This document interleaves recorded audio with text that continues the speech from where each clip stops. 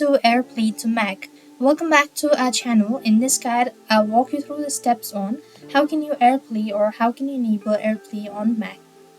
Now, most of the time, your device resists displaying AirPlay devices, which might be an updated version of the device. Now, alongside that, one might face network compatibility issue, as connecting with AirPlay requires Wi-Fi and a Bluetooth enabled. Head to the control center icon from the top right corner and click on screen mirroring options.